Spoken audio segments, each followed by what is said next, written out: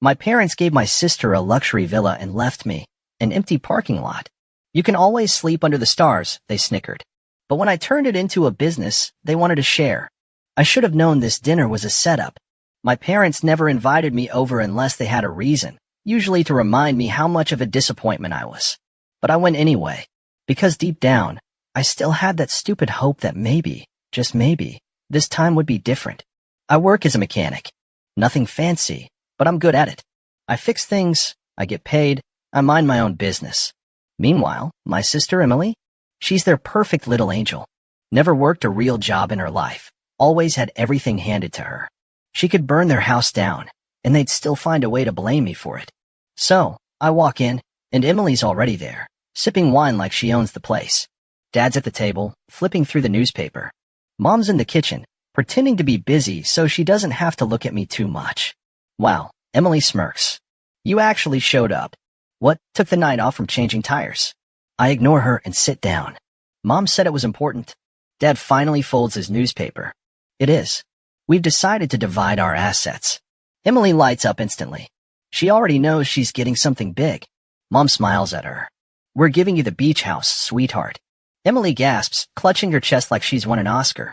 Oh my God. The one in Monterey. Mom nods. Yes, honey. It's yours now. I sit there, waiting. There's got to be something for me too, right? Dad turns to me, expression flat. And you, Logan? We're giving you the parking lot. Silence. I blink. The, what? The old lot on 8th Street, Mom says, waving a hand like she's doing me a favor. It's land. You can figure something out. Emily bursts out laughing. Oh my God, that is hilarious. She turns to me with a smirk. Well, at least you'll always have a place to sleep. Under the stars. Dad chuckles. That lot's been empty for years, but hey, maybe you can open a lemonade stand or something. Mom sighs. Logan, you always say you want to build something for yourself. Now's your chance. I stare at them.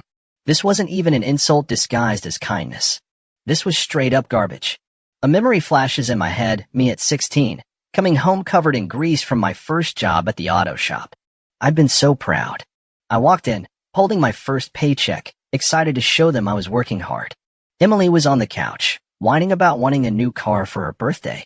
Dad didn't even look at me. You're gonna smell like oil for the rest of your life, huh?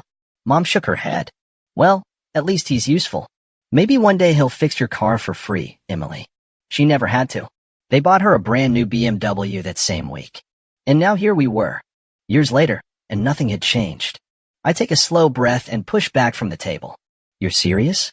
Dad shrugs. You should be grateful we're giving you anything. Emily snickers. Maybe one day you'll make enough money to buy a real property. They start laughing like this is the funniest thing in the world. I grip the edge of the chair so hard my knuckles turn white.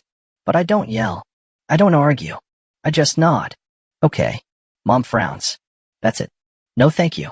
I stand up. Oh, I'll make something of it. I look at Emily. And when I do, don't come knocking. She rolls her eyes. Sure, Logan. Can't wait to see what you do with a slab of concrete. Dad shakes his head, muttering, always so dramatic. I walk out without another word. Fine. They thought they could humiliate me? I'd turn that worthless parking lot into something they'd never see coming. And when I did, they'd regret every word. I stood in front of that parking lot, staring at it like it was some kind of sick joke. Cracked pavement, weeds growing through the asphalt, a rusted old sign that barely clung to its post. My parents didn't just screw me over. They laughed while doing it. Fine. They wanted me to fail. I'd make sure they choked on their own words. The next morning, I filed for permits to allow food trucks. If this was nothing but a slab of concrete, then I'd make sure it was a profitable slab of concrete. Within a week, I had contracts with some of the best local food truck owners. Tacos, burgers, coffee, even some overpriced vegan bowls for the hipsters. I took out a small loan, not from a bank, but from my boss at the auto shop, the guy who actually believed in hard work. I used it to set up lights, seating, music, and banners to turn the place into something real. 3 weeks later, that useless parking lot? It was now a full-blown food court with live music and lines around the block. And that's when the fun started. About a month in, after the place had gone viral on social media, I saw her. Mom. She showed up in her expensive coat, looking around like she had just walked into a garbage dump. I was checking inventory when she approached. So, this is what you've done. she said, wrinkling her nose at the crowd enjoying their meals. I didn't even bother looking at her. Yeah, well, you gave me trash, so I made it work. She exhaled sharply, clearly unimpressed. This isn't a real business, she said. It's just a phase, right? I laughed. A phase that's making more money than Emily's influencer career. Her face twitched, and as if on cue, Emily rounded the corner. She stopped dead in her tracks, her usual smug look vanishing as she took in the place. What on earth? She snapped. You turned this into some kind of, what is this? A flea market. I grinned. It's called a successful business. She scoffed. This is a joke. This isn't real money. I gestured around. Yeah? Then why are hundreds of people spending their fake money here every night? A few customers actually clapped. Emily's face turned red. Mom, say something, she whined. Mom cleared her throat. Logan, we're just concerned. This doesn't seem stable. I raised an eyebrow. Stable? Like the fully furnished beach house you handed Emily for free. Emily cut in quickly. You can't sell this. This is family property. I let out a short laugh. Oh, now it's family property? That's funny. When you were all laughing at me, I don't remember hearing family in the conversation. Her jaw clenched. This isn't fair, she snapped. You didn't earn this. I slowly turned to face her. You're seriously saying that to me? She crossed her arms, but her confidence wavered. I'm just saying, selling it would be betraying the family. I tilted my head. When you dumped it on me as a joke, that wasn't betrayal? Mom looked like she was searching for something to say. Then she finally found it. Well, she said carefully, if this business is doing so well, maybe we should discuss a partnership. I stared at her. Then I laughed. Loud. So loud. A few customers turned to see what was happening. You're kidding, right? I asked. You ignored me, humiliated me, gave me nothing, and now that I made something out of it, you want a piece? Emily crossed her arms. It's family money now. I took a step forward and looked her dead in the eye. You already got your share, I said coldly. Live with it. And then, without another word, I turned my back on them and walked straight into my business, leaving them standing there like statues. They thought they could break me, but I was just getting started. It started with a phone call. I was in my office, a small converted shipping container at the edge of my thriving food truck business, when my phone buzzed. Mom. I stared at the screen for a second before declining the call. A minute later, another one. Then another. I smirked. They needed something. By now, my food truck park was the hottest spot in town. We had live music, weekend events, VIP sections, and influencers lining up to get in. I was pulling in more money in a month than I used to make in a year at the auto shop. And suddenly, my family, who had laughed in my face, couldn't stop calling. A few days later, I was at the lot overseeing a delivery when I heard a voice that made my skin crawl. Logan. I turned around. Emily. She stood there, her arms crossed, but she didn't look smug this time. She looked desperate. I raised an eyebrow. Wow. You actually came to the parking lot. What, did your car break down? She exhaled sharply. I need to talk to you. I checked my watch. I got 5 minutes. Make it count. Her jaw clenched, but she swallowed her pride. I need to sell the beach house. I blinked. The same beach house you gloated about? She ignored that. The market is trash right now, and I need money fast. I smirked. Let me guess, too many luxury vacations, designer bags, and overpriced lattes? She stiffened. It's complicated, she muttered. Just say you'll help. I leaned against a food truck, crossing my arms. Help? How? She hesitated. I need $200,000 to cover debts before I can even list it. I whistled. Oh man, that's rough. I turned back to my delivery and waved over the driver. Anyway, good luck with that. She grabbed my arm. Are you serious? You have the money. I pulled away. Oh, now my business is real enough for you to beg for a loan? Her face turned red.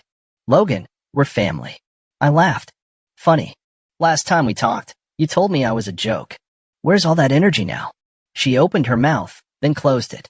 I'll pay you back, she finally said, voice quieter. Please. I stared at her for a long moment. Then I leaned in and said, no. Her eyes widened. No. I smiled. That's right. The same way you and Mom and Dad said no when I needed support. The same way you all laughed in my face. So, no, Emily. I won't bail you out. She took a step back, actually shocked. Then her rage came flooding in. Are you serious? You're just going to let me fail? I shrugged. That's not my problem. And I walked away. But it wasn't over. A week later, I pulled into my lot and saw my parents standing there. Mom looked irritated. Dad just looked tired. Logan, Mom started, we need to talk. I sighed. Let me guess. Emily ran crying to you, and now you're here to talk some sense into me. Mom pursed her lips. This is a serious situation. Dad finally spoke. We need your help, son. I raised an eyebrow. Son? Oh, now I was a son again? Mom sighed. Your father's business isn't doing well. We're in financial trouble. I fought the urge to smile. Oh, I said, acting surprised. You mean the family that handed my sister a mansion and gave me a piece of concrete is struggling? Who could have seen that coming? Mom's nostrils flared. Don't be childish, Logan. I tilted my head. Childish? Like, laughing in someone's face when they're struggling? Dad groaned. We don't need a lecture. We need a loan. There it was. The golden moment. I rubbed my chin. How much? Mom swallowed. 500,000. I actually laughed. No way. 500,000. Dad nodded, looking exhausted. You're successful now. You can afford it. I crossed my arms. Oh, so now I'm successful? Mom snapped. Don't be a brat, Logan. We are your family. I let that hang in the air. Then I smiled. Let me tell you something about family. I took a step closer. Family doesn't mock you when you're struggling. Another step. Family doesn't treat you like a joke. And one more. Family doesn't show up only when they need something. Mom's face turned pale. Dad muttered, Logan, please. I exhaled and shook my head. You made your choices. I gestured to my lot, my success, my empire, and I made mine. Then I stepped back. I'm not giving you a cent. Mom gasped. You ungrateful person. I held up a hand. No, we're done. I turned to go. Logan, Dad called. If you walk away from this. I paused, turned back. If I walk away? I repeated. You mean, like you walked away from me? Silence. Then I nodded. That's what I thought. And I left them standing there. Next part. My revenge wasn't just saying no. It was making sure they watched me win. I thought I was done with them. I made myself crystal clear. No money, no help, no second chances. But people like my parents and Emily? They don't take no well. And sure enough, a few days later, they came back swinging. It started small. Bad reviews online. I was checking my phone when I saw the first one. 1 star. This place is overrated. Food is overpriced, and the owner is incredibly rude. Avoid. Then another. 1 star. My experience was terrible. The staff is unprofessional, and the entire place smells like garbage. And another. 1 star. Do not support this business. The owner is a selfish, ungrateful person who doesn't care about family. I chuckled. Nice try, Mom. She always had this habit of playing the victim. First, she'd throw you under the bus, then act like the injured party. I could already picture her sitting in the kitchen, angrily typing out fake reviews between sips of her overpriced wine. But they didn't stop there. A few days later, a city inspector showed up. Anonymous complaint, he said, looking almost embarrassed. Someone reported that your permits might not be up to code. I nodded. Let me guess. A middle-aged woman and her spoiled daughter. The guy scratched his head. I can't say who filed it, but something tells me you already know. I knew exactly who it was. And then another complaint came in, this time about my seating area allegedly violating space requirements. Then one about noise levels. Then another about food safety. They were trying to bury me in legal red tape, drown me in fines. They wanted to kill my business before it could grow any bigger. But here's the thing, I'm not that easy to break. Instead of panicking, I fought back. I hired a lawyer. Every permit, every license, every single regulation was checked, rechecked, and locked down so tight that even the city inspector admitted there was nothing wrong. I doubled my marketing. If they wanted to ruin my reputation, I drowned them out with positivity. I started running special events, giveaways, live performances. I reached out to local influencers, inviting them to VIP tasting nights. I expanded. If they thought I was a problem before, they had no idea what was coming. I rented extra space next door to open an outdoor beer garden. I partnered with local artists to set up weekend craft markets. I turned their little sabotage attempt into free publicity. And business boomed. Then Emily made the biggest mistake of her life. It was a Saturday night, the busiest night of the week. The air was buzzing with music, laughter, and the smell of fresh tacos. Lines stretched out the lot. The entire place was packed. That's when I heard it. A shouting voice near the entrance. This place is a joke. I turned. Emily. And she was drunk. Her hair was a mess, her makeup smudged, and her expensive designer dress was wrinkled like she had been crying in her car before walking in. Mom was right behind her, grabbing her arm. Emily, stop this. This isn't. Emily ripped away from her. I can't believe you think you're better than us, she screamed. Look at you. You're a mechanic playing businessman. A few customers turned, pulling out their phones. I smiled. Perfect. I walked toward her, keeping my voice calm. Emily, leave. She stumbled closer. You think you're a big shot now, huh? You think you're better than us? I smirked. I don't have to think it. I just am. Her face twisted with rage. You're nothing. Nothing. And then, splash. I didn't even see it coming. She had grabbed a drink off a random customer's table and threw it at me. A wave of cold beer hit my chest. The entire lot went dead silent. A second later, 2 of my security guards tackled her to the ground. The crowd erupted in gasps and whispers. Mom screamed. Let her go. She's your sister. I brushed my soaked shirt and turned to my head of security. Call the cops. Emily's eyes widened in horror. What? No. Logan, don't. I crouched down, lowering my voice. Actions have consequences. 10 minutes later, blue and red lights flashed across the lot. Mom was hysterical. You're ruining the family name, she shrieked. I just laughed. Lady, you did that all on your own. Emily was put in the back of the cop car, crying, begging. She looked just like I did, all those years ago, when they humiliated me. But unlike them, I didn't care. Mom turned to me, her voice shaking. This is your sister. Do something. I crossed my arms. Oh, you mean like how you did something when you gave me nothing and laughed in my face?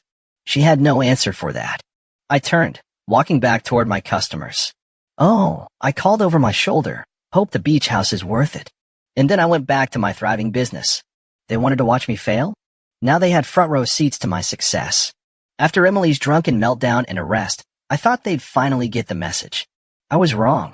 A week later, Mom and Dad showed up at my business again. This time, they weren't smug. They weren't laughing. They looked desperate. I was in the middle of a meeting with my event planner when I spotted them hovering near the entrance, awkward and out of place. For years, I had been the one feeling small around them, never enough, never worthy. Now, I was the one in control. I finished my meeting, let them wait a little longer, then finally walked over, arms crossed. You're back, I said, keeping my tone casual. Let me guess, Emily sent you because she's too embarrassed to face me? Dad cleared his throat. We need to talk, Logan. I raised an eyebrow. Oh, like the talk we had when you laughed in my face and handed me a piece of garbage while giving Emily a mansion. Mom pursed her lips. This isn't about the past. I chuckled. Oh, it's about the past. Because if you hadn't treated me like dirt, you wouldn't be standing here begging me for help. Her eye twitched, but she forced a calm expression. We're in trouble. I already knew. Emily had maxed out her credit cards trying to keep up appearances. Her beach house was on the verge of foreclosure because she had refinanced it 3 times to fund her influencer lifestyle. And Dad's business was bleeding money because the economy crashed and his trusted business partners bailed on him. They were sinking. And now, I was their only lifeline. Dad exhaled.